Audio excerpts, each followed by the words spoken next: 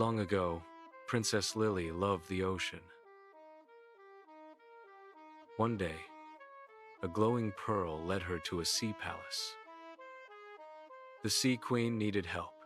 A golden starfish was missing, and the ocean was losing its light. Lily, with her new friend Taro, the turtle, found the starfish trapped by a lonely octopus. Lily offered the octopus friendship instead of scolding him. The octopus freed the starfish, restoring light to the ocean.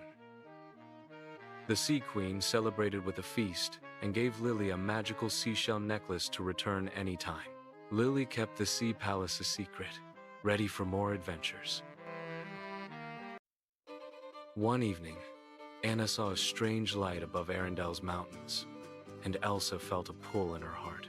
They found a scroll about the Moonstone, a crystal that controls shadows, hidden in the misty peaks.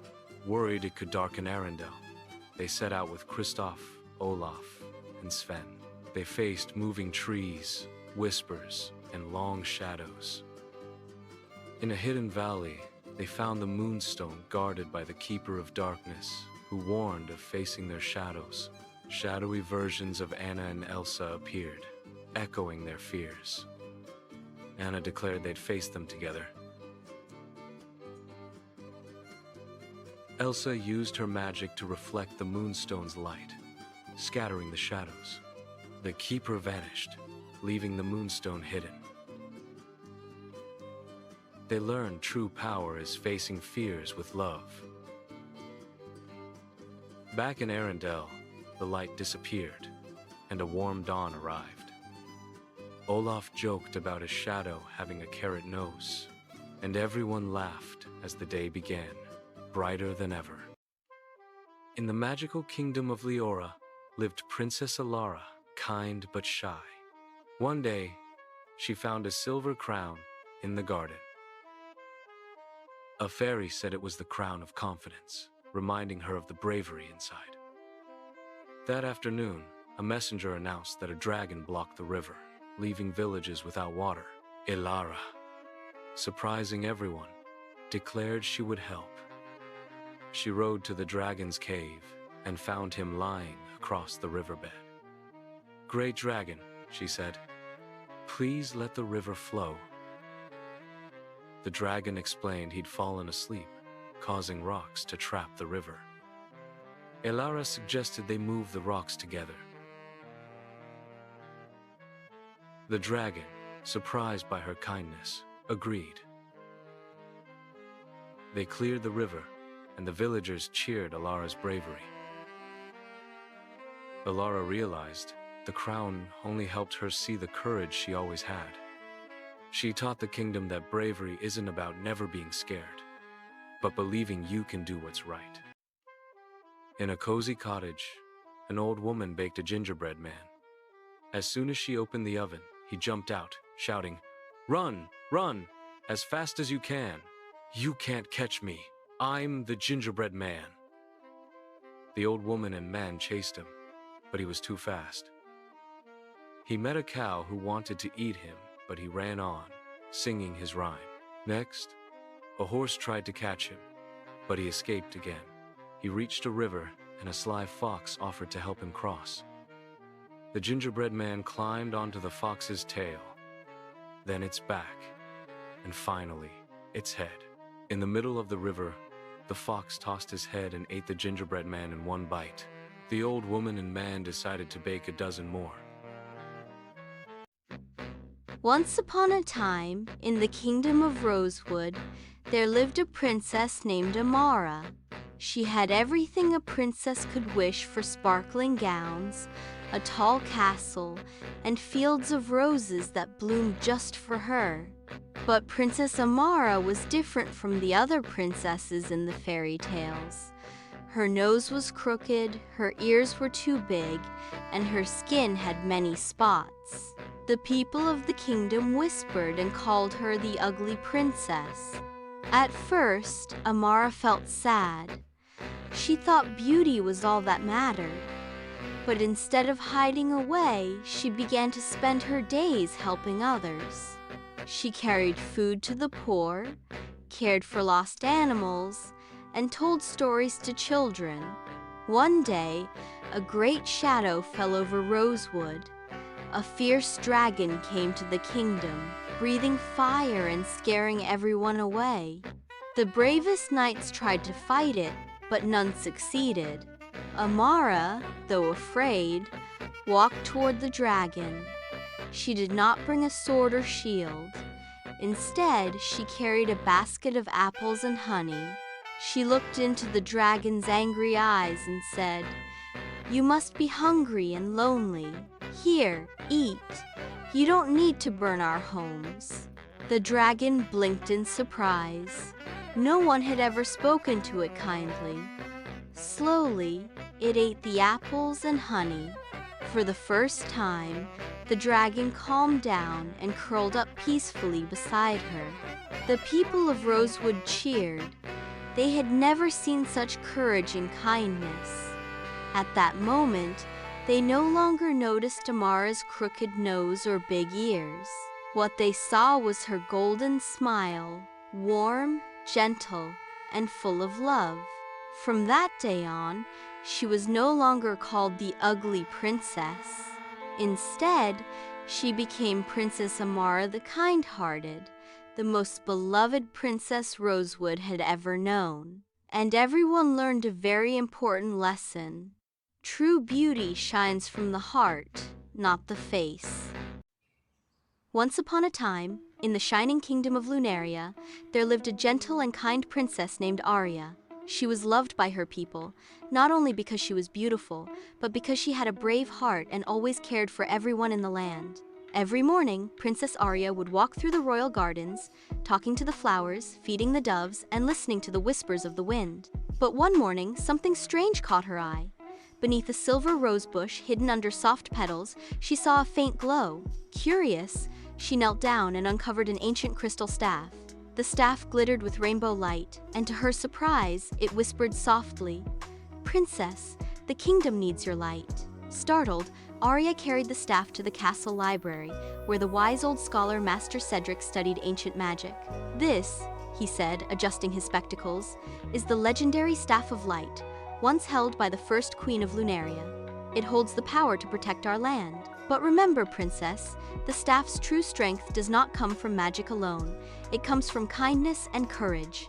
That very evening, a terrible shadow spread across the skies. The evil sorcerer Malcor rose from the mountains, wielding a staff of black fire. "Lunaria will fall," he thundered. With one strike, he covered the kingdom in endless night. The sun disappeared, the rivers grew dark, and flowers wilted in fear. The people rushed to the palace gates, frightened. Princess Arya stepped onto the balcony, holding the glowing staff. "Do not be afraid," she called. "I will bring back the light." With her loyal unicorn Starfall, whose mane shone like starlight, Arya rode into the Forest of Echoes, the first place Malcor's shadows had touched. The trees whispered haunting voices. "You are too weak. You will fail. Turn back." But Arya gripped her staff. "I am not afraid," she said. The crystal lit up, casting a circle of light that silenced the voices. Starfall neighed proudly, and together they pressed on. At the forest's edge lay a broken bridge across a deep canyon. Shadow creatures with glowing red eyes blocked the way. Starfall trembled, his hooves skidding back. Arya raised her staff. Kindness is stronger than fear. She struck the ground, and the staff released a rainbow path across the canyon. The shadows hissed and vanished into mist, unable to fight against her courage. At last, they reached the Mountain of Fire, where Malcor's dark magic burned strongest. Inside the cave, flames danced on black stone walls. Malcor appeared, tall and menacing. His eyes glowed with fire. "You think a child with a stick can defeat me?" he mocked. "This is no ordinary stick," Arya said firmly. "This is the Staff of Light, and it carries the hope of my people." With a wave of his staff, Malcor hurled fireballs at her. Starfall shielded her, and Arya lifted her staff high. Golden beams of light clashed against Malcor's flames, filling the cave with sparks of shadow and light. The cave trembled as the staffs collided. Malcor shouted, "Darkness will always win," but Arya stood tall. "No, darkness cannot win where there is love." Her words filled the crystal staff with brilliant power. Light exploded from it, brighter than the sun, forming a rainbow beam that struck Malcor's dark staff. Crack! The dark staff shattered into pieces, and Malcor screamed as the shadows vanished, leaving only silence and peace. As Arya stepped out of the cave, the dark clouds above Lunaria broke apart. Sunlight poured down, rivers sparkled again, and flowers bloomed brighter than ever. The people cheered as their princess returned, riding Starfall with the staff glowing gently in her hand. In the palace, Arya placed the magical staff in the Hall of Queens, where it would rest until Lunaria truly needed it again. From that day on, the people of Lunaria remembered. True power does not come from magic or weapons. It comes from kindness, bravery, and believing in yourself. And so, Princess Arya lived happily ever after, protecting her kingdom with love, courage, and light. Once upon a time, in the magical kingdom of Prismara, there lived a kind and curious princess named Arya, known as the Rainbow Princess. She wore a crown made of 7 glowing gems, each representing a color of the rainbow. Every morning, Princess Arya would wave her wand in the sky and paint the world with vibrant colors: red roses, orange butterflies, yellow sunbeams, green forests, blue rivers, indigo clouds, and violet lilacs. One day, a dark fog rolled into Prismara, and with it came the wicked shadow sorcerer who stole the colors of the kingdom, turning everything gray and gloomy.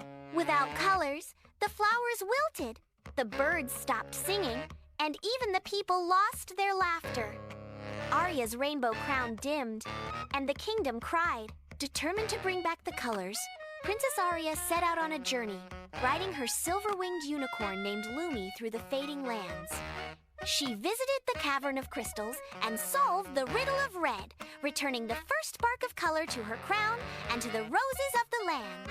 In the Whispering Woods, she danced with glowing fireflies, who gave her the lost orange light hidden in their wings. At the Golden Hill, she sang a lullaby to the sleeping sun, and it rose, gifting her the yellow warmth it had been guarding. Next, in the Emerald Lake, she bravely swam with the gentle water dragons, who returned the green hues hidden beneath their shimmering scales. Once up in the Sky Palace, she flew through the sapphire wind, and the blue returned to the rivers and skies.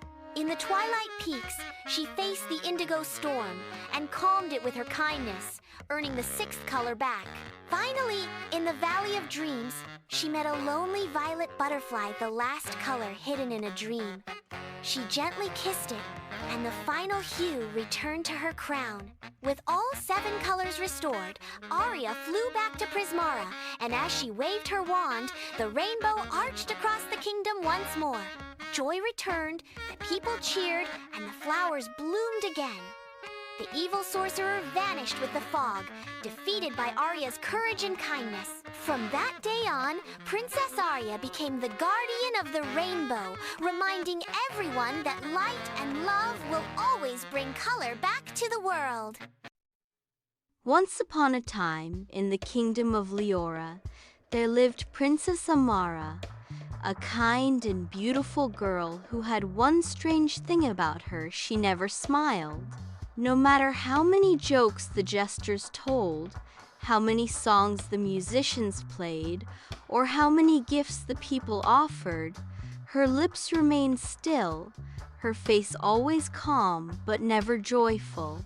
The king and queen grew worried, for they loved their daughter dearly and wished to see her laugh. One evening, the royal healer whispered, "Perhaps the answer lies in the Whispering Forest, where the trees speak to those who listen with their hearts." So, Princess Amara set off with her loyal companion, a little dove named Luma, to seek the forest's secret. The Whispering Forest was unlike any other place.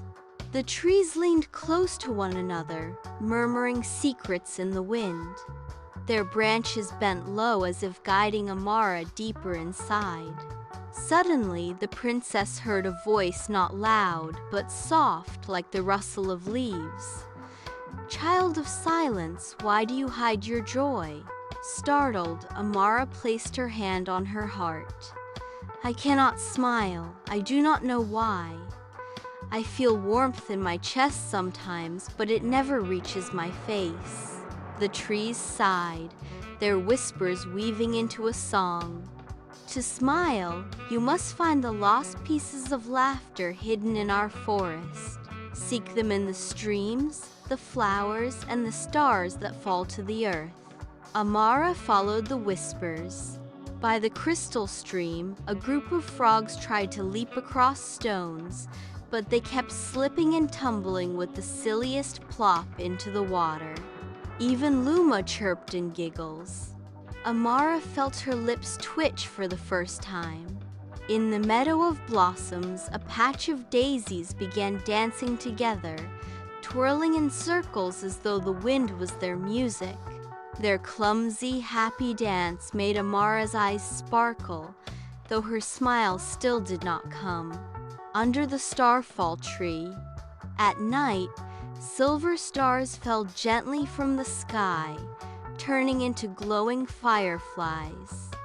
They swirled around Amara and painted the air with light. One landed on her nose, tickling her until at last Amara burst into laughter. The forest glowed with joy and the trees whispered louder. Your smile was never lost, only sleeping. You found it in wonder, kindness, and play. Amara returned home with Luma, her laughter ringing through the palace halls. The people cheered, for their princess had finally smiled, and her joy spread across the kingdom like sunshine after rain. From that day on, whenever Amara felt sadness, she would return to the whispering forest, where the trees reminded her, laughter lives where the heart dares to listen.